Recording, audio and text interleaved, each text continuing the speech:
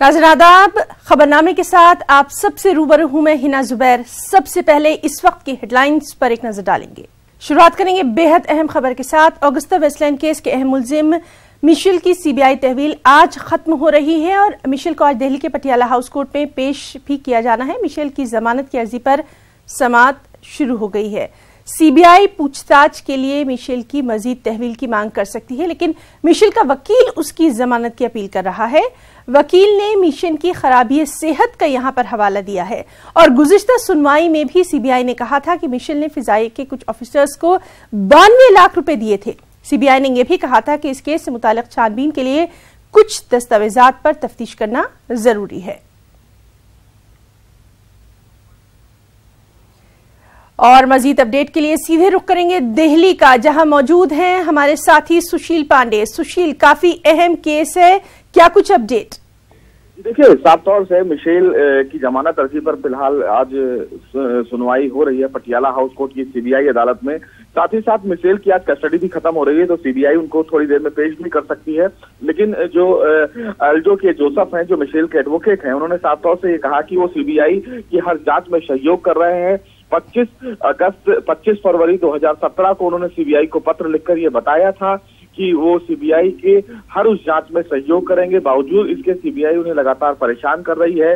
CBI ने कहा है कि जिस तरह इंट्रोगेशन हो रहा है उस इंट्रोगेशन से मिशेल का जो स्वास्थ्य है वो खराब होता जा रहा है। दिन ब दिन उनके जो स्वास्थ्य हैं वो ठीक नहीं हो रहे हैं। क्योंकि मिशेल एक विदेशी नागरिक है, तो हमें उन्हें मानवता के आधार पर जमानत दे दी जानी चाहिए। क्योंकि मिशेल के ऊपर जो आरोप लगे हैं, उन आरोपों के चलते जो उनकी विदेशों में संपत्ति है वो अपनी संपत्ति तक खो चुके हैं। लिहाजा कोर्ट से ये अपील की गई है मिशेल की तरफ से कि उन्हें जमानत दी जाए, लेकिन सीबीआई ने उनकी जमानत का विरोध किया है। सीबीआई ने कहा है कि चूंकि जो जांच है वो क्रूशियल स्टेज पर चल रहा है, लिहाजा मिशेल को जमानत नहीं दी जानी चाहिए। साथ ही साथ ये भी पता चल रहा है कि ईडी इस पूरे मामले में, जो प्रवर्तन निदेशालय है, वो भी इस पूरे मामले में अर्जी दाखिल कर सकती है पटियाला हाउस कोर्ट की अदालत में, ताकि वो भी कस्टडी दाखिल करके पूछताछ करना चाहेंगे। फिलहाल सीबीआई की अर्जी पर अभी सुनवाई चल रही है। मिशेल के जो एडवोकेट है वो कोर्ट में दलील दे रहे हैं कि किन किन आधार के तहत उनको जमानत दी जानी चाहिए। तीखी बहस दोनों जो एडवोकेट हैं, सीबीआई और मिशेल यानी कि अल्जो के जोसेफ के बीच जारी है। सीबीआई लगातार कह रही है क्योंकि मामला काफी क्रूशियल है, देश के राष्ट्रीय हित से जुड़ा है, कई ऐसे मिडिलमैन हैं जिनसे संपर्क सीबीआई दूसरे देशों से सीबीआई संपर्क जारी कर रही है, ताकि और जो मिडिलमैन हैं सुशील यहाँ हम ये भी जरूर जानना चाहेंगे, काफी हाई प्रोफाइल केस रहा है ये और इसने पूरे हिंदुस्तान की सियासत में हलचल मचा दी है, तो सीबीआई यहाँ पर एक एक कदम बहुत फूक फूक कर रख रही है। जी बिल्कुल, साफ तौर से देखिए, सीबीआई इसी के मद्देनजर आज सीबीआई ने कोर्ट में कुछ जानकारी भी दी है। सीबीआई ने साफ तौर से ये कहा कि मिशेल ने उस दौरान मिडिलमैन के रहते हुए जो दस्तावेज बरामद किए गए थे, उन दस्तावेजों में कुछ हैंडराइटिंग मिशेल से मिलती है और इसीलिए सीबीआई ने अर्जी दाखिल कर मिशेल की हैंडराइटिंग को मैच करने के लिए कोर्ट से परमिशन लिया था। इसीलिए कोर्ट में सीबीआई लगातार ये कह रही है कि मिशेल को जमानत नहीं दी जानी चाहिए, क्योंकि मामले की जो जांच है वो बहुत क्रूशियल स्टेज पे है। कई और बड़े लोगों का नाम जल्द ही सामने आ सकता है, ऐसा सीबीआई कोर्ट में दलील दे रही है। फिलहाल कोर्ट में अभी जो बहस है वो चलती जा रही है। जी सुशील, तो आप वहां नजर बनाए रखिए, आगे भी हम आपसे अपडेट लेते रहेंगे। और नाज़रीन आगे बढ़ेंगे, एक खास खबर आ रही है यूपी से, जहां इत्तेहाद को लेकर ये खबर है। जराए के मुताबिक यूपी में इत्तेहाद का फॉर्मूला तैयार है। यूपी में कांग्रेस इत्तेहाद का हिस्सा नहीं होगी। जराए के मुताबिक यूपी में इत्तेहाद का फॉर्मूला तैयार है और कांग्रेस इस इत्तेहाद का हिस्सा नहीं होगी। एसपी बीएसपी के दरमियान बराबर की सीटों पर समझौता होगा और सबसे अहम बात कि आरएलडी भी इत्तेहाद में शामिल होगी। जराए की अगर माने तो उसके मुताबिक आरएलडी को 3 सीटें मिल सकती हैं। एसपी और बीएसपी अपने अपने हिस्से की 3 सीटें देंगी। बीएसपी सदर मायावती की यौम पैदाइश पर इसका बाकायदा ऐलान हो सकता है, यानी 15 जनवरी को इसका बाकायदा ऐलान हो सकता है। तो आपको बताएं कि यूपी में इत्तेहाद का फॉर्मूला तैयार है और कांग्रेस इस इत्तेहाद का हिस्सा नहीं होगी। और जैसा कि हम लगातार देख रहे थे कि कांग्रेस के 3 वुज़राए आला का जो एक अहम दिन था। वहां पर चाहे वो मध्य प्रदेश की बात करें, राजस्थान की बात करें या फिर छत्तीसगढ़ की बात करें, वहां पर हमने देखा था कि कई अहम लीडर जो हैं वो मौजूद नहीं थे। तभी से ये खबरें गश्त कर रही थी कि शायद यूपी में सब कुछ ठीक नहीं होगा और कांग्रेस जो है वो कहीं ना कहीं अकेली पड़ जाएगी। और अब जरा के मुताबिक यूपी में इत्तेहाद का फॉर्मूला तैयार हो गया है और बीएसपी सुप्रीमो मायावती का जो जन्मदिन है यानी 15 जनवरी, उसमें तमाम चीजें खुलकर सामने आ जाएंगी। एसपी बीएसपी के दरमियान बराबर की सीटों पर समझौता हो चुका है। आरएलडी को भी यहां दोनों ही पार्टियां 3 सीटें दे सकती हैं।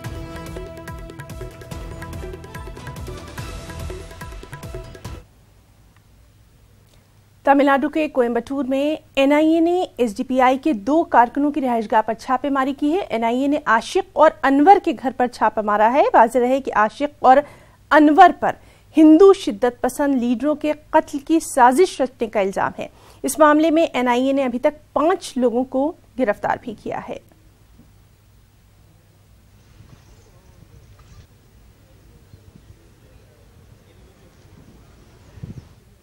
मुंबई में अब नालों की सफाई रोबोट करते हुए नजर आएंगे। बीएमसी ने बरतानवी दौर के तामीर नालों की साफ सफाई के लिए बाकायदा रोबोट को मंगवाया है। पुरानी तर्ज के इन नालों की सफाई एक दुश्वारकुन मरहला होती है और बरसात में ये नाले काफी परेशानी का सबब बन जाते हैं। जगह जगह पानी भर जाता है। बीएमसी का दावा है कि रोबोट सही ढंग से नालों की सफाई का काम कर सकते हैं।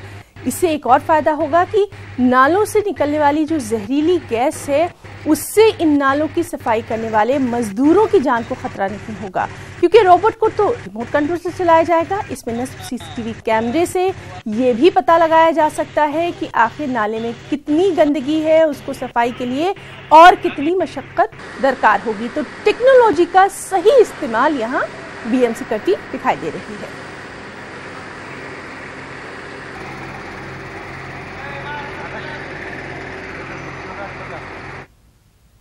आज हाशिमपुरा कत्लेआम मामले पर 30 हजारी कोर्ट में समाअत है। हाशिमपुरा कत्लेआम केस में दिल्ली हाई कोर्ट के जरिए कसूरवार ठहराए गए पीएसी के 4 जवानों ने अभी तक खुद को कोर्ट के हवाले नहीं किया। वाज़ेह रहे कि 16 कसूरवारों को कोर्ट ने खुद सुपुर्दगी के लिए वक्त दिया था, लेकिन मुतय्यन वक्त तक चंद कसूरवारों ने खुद को कोर्ट के हवाले नहीं किया और इसी के बाद मुताल्लिका पुलिस हुक्काम को कोर्ट से फटकार सुनना पड़ी। आज बकिया 4 कसूरवारों की खुद सुपुर्दगी मामले में समाअत होनी है।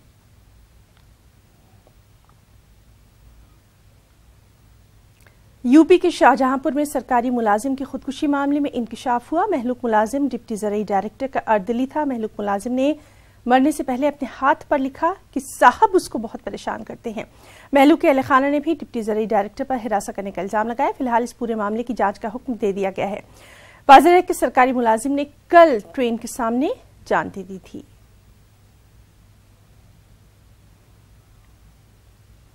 यूपी के आगरा से खबर आई, जहां मनचलों ने 10वीं जमात की पढ़ने वाली एक तालिबा को पेट्रोल छिड़क कर आग लगा दी। बताया जाता है कि मुतासरा तालिबा स्कूल से अपने घर वापस जा रही थी कि तभी अचानक बाइक सवार 2 बदमाशों ने उस पर पेट्रोल छिड़क कर आग लगा दी और दोनों फरार हो गए। मुतासरा लड़की अस्पताल में मौत और जिंदगी की जंग लड़ रही है। घर पे लौट रही, गांव से जो थोड़ी दूर रही, नाले पे बाइक पे 2 लड़के, हेलमेट पहना था, चेहरा नहीं दिखाई दिया, पेट्रोल डाल के नहीं लाइट अड़ते, लड़की जला दी मेरी स्कूल के लौट के। ज्वलनशील पदार्थ डाल करके उसको जलाने की घटना प्रकाश में आई है। उसको इलाज के लिए यहाँ एसएन मेडिकल कॉलेज में लाया गया है और हमारी जो महिला पुलिस की टीम है वो उनसे लगातार बात कर रही है।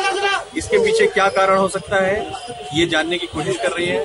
प्रथम दृष्टया बच्ची से भी बात हुई है, उसके मदर फादर से भी लंबी बात हुई है। कोई भी कारण उनके द्वारा भी इस बारे में नहीं सोचा जा पा रहा है कि किस वजह से घटना हुई होगी। बुलंदशहर तशद्दुद मामले में पुलिस ने 2 मजीद लोगों को गिरफ्तार किया। पुलिस ने सयाना तशद्दुद और इंस्पेक्टर सुबोध कुमार सिंह के कत्ल के इल्जाम में दोनों को गिरफ्तार किया। गिरफ्तारशुदा अफराद सचिन उर्फ कोबरा और जानी चौधरी हैं। दोनों की गिरफ्तारी वायरल वीडियो की बुनियाद पर की गई। पुलिस आज दोनों मुलजिमीन को अदालत में पेश करने वाली है। वाज़ेह रहे कि अब इस मामले में 18 मुलजिमीन को जेल भेजा जा चुका है।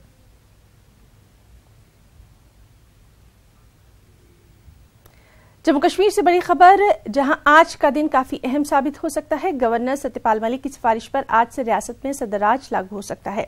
रियासत में गवर्नर रूल आज खत्म हो रहा है। जराये की अगर माने तो उसके मुताबिक सदर जमहूरिया रामनाथ कोविंद सदराज नाफिज करने से मुतालिक अहकाम सादिर कर सकते हैं। रियासत जम्मू कश्मीर के मौजूदा हालात को देखते हुए नई हुकूमत के क़याम तक सदराज नाफिज किया जा सकता है।